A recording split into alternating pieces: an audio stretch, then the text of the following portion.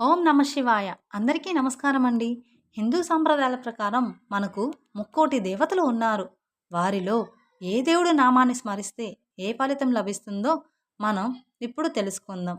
మన హిందూ ధర్మంలో దేవుని మంత్రాలకు చాలా శక్తి ఉంది. కాబట్టి మన నిత్య జీవితంలో కొన్ని మంత్రాలను జపిస్తే చాలా మంచి జరుగుతుంది. ఆ మంత్రాలు ఏమిటో ఇప్పుడు ఈ వీడియోలో చూద్దాం. అన్ని రకాల కష్టాలను తొలగించేది మహాగణపతి మంత్రం.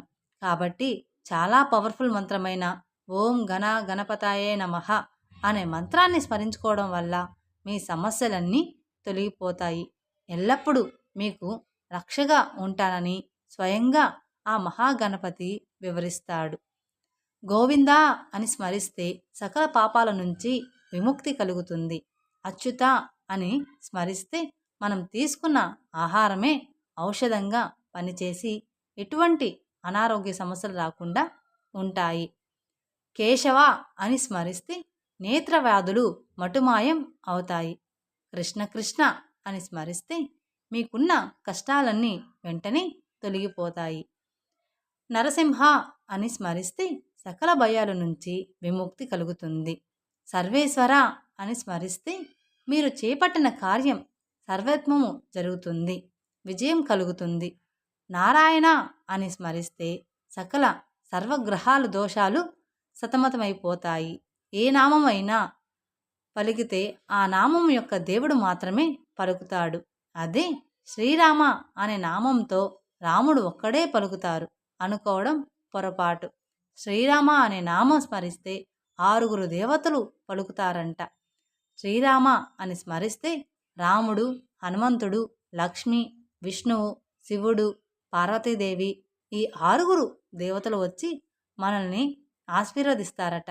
మీకు ఏ కష్టం వచ్చినా ఏ అడ్డంకి వచ్చినా రామా అని 3 సార్లు పలికితే చాలు, మనకి ఉన్న కష్టాలు అడ్డంకులు అన్నీ పొలిగిపోతాయి.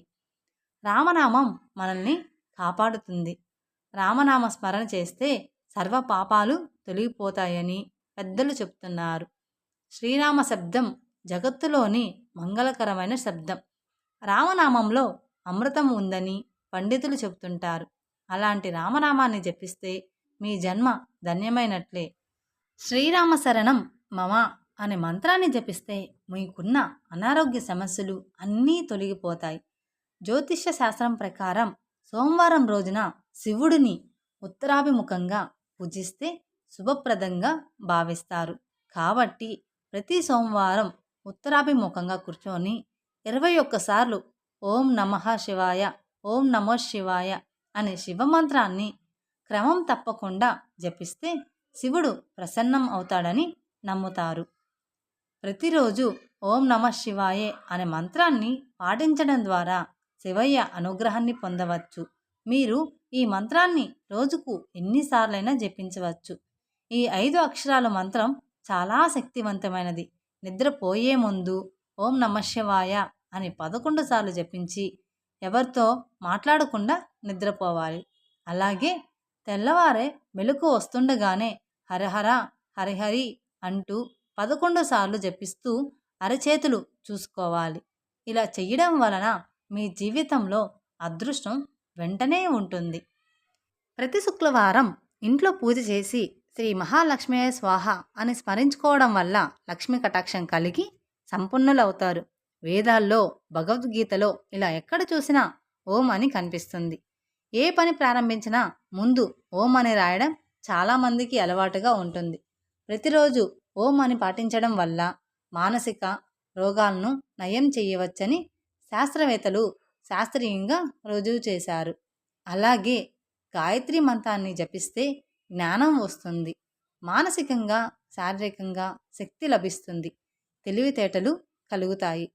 ఎవరైతే గాయత్రి మంత్రాన్ని జపిస్తారో వారికి కొన్ని వేల అశ్వమేధ యాగాలు చేసినంత పుణ్యఫలాన్ని పొందుతారని పండితులు చెప్తున్నారు. విద్యార్థులు క్రమం తప్పకుండా గాయత్రి మంత్రం పాటించడం వల్ల మార్కులు బాగా సాధించవచ్చు.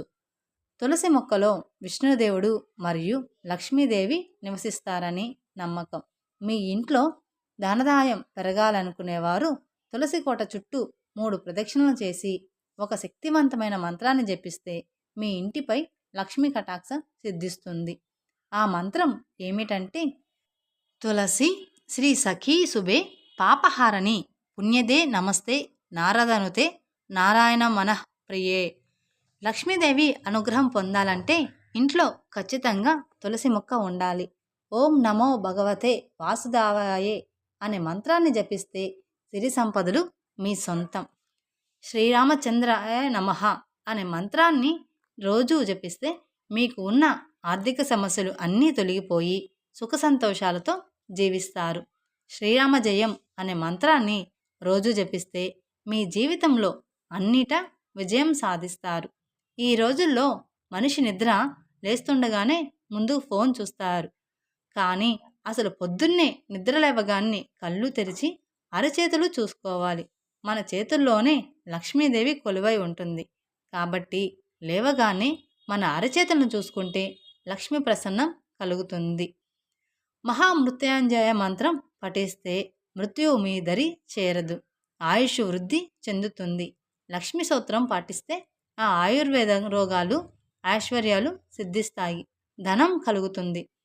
ప్రపంచంలోనే అత్యంత గొప్ప గురువు బుద్ధుడు. కాబట్టి ఎలాంటి సమస్యలు ఆందోళనలు ఉన్నా ఓం మణి పద్మహమ అని స్మరించుకోండి. ఈ మంత్రం జపించడం వల్ల భయం తొలగిపోయి మనసులో ఉన్న ఆందోళనను తగ్గిస్తుందని బుద్ధుడు వివరించాడు. చదువుకునే పిల్లలు ఉదయించే సూర్యుని చూస్తూ నమస్కారం చేసుకొని ఓం సవిత్రహ నమః అని 11 సార్లు స్మరణ చేస్తే చాలు, చాలా మంచిది. తదాస్తు దేవతలు ఎక్కువగా యజ్ఞాలు, యాగాలు, పూజలు జరిగే చోట సంచరిస్తూ ఉంటారు. కాబట్టి సాయంత్రం జపించే దైవ మంత్రాలకు చాలా శక్తి ఉంటుంది. సాయంత్రం సమయంలో 6 గంటల నుండి 7 గంటల మధ్యలో మీకు ఇష్టమైన దేవుణ్ణి మంత్రాలతో జపిస్తే మీ మనసులో ఏది కోరుకున్నా తదాస్తు దేవతలు తదాస్తు అని అంటారు. అప్పుడు మీరు అనుకున్న కోరికలు ఖచ్చితంగా నెరవేరుతాయి. శని దోషంతో బాధపడుతున్న వారు శనివారం రోజున శ్రీ వెంకటేశ్వర ఆలయానికి వెళ్ళి స్వామివారిని దర్శించుకొని అనంతరం ఆవు నేతితో దీపం వెలిగించాలి. ఇలా చేసిన వారికి శ్రీ వెంకటేశ్వర స్వామి అనుగ్రహంతో సుఖ సంతోషాలు కలుగుతాయి. దీనివల్ల ఏలనాటి శని దోషాలు తొలగిపోతాయి. మరింకా ఆలస్యం ఎందుకు? మీకు నచ్చిన నామాన్ని మనసు పెట్టి స్మరించి నమ్మి ఆచరిస్తే ఖచ్చితమైన ఫలితాలను పొందవచ్చని శ్రీరామ శ్రీరామ అని అంటూనే ఉందాము. మన ఈ మానవ జన్మను తరించుదాము. జై శ్రీరామ్. ఈ వీడియో మీకు నచ్చినట్లయితే మరికొందరికి షేర్ చేయండి. మా ఛానల్ని సబ్స్క్రైబ్ చేసి నన్ను సపోర్ట్ చేయడం మర్చిపోమాకండి. మరిన్ని అప్డేట్స్ కోసం మా ఛానల్ని సబ్స్క్రైబ్ చేయండి. Thank you for watching my video. ఓం నమః శివాయ.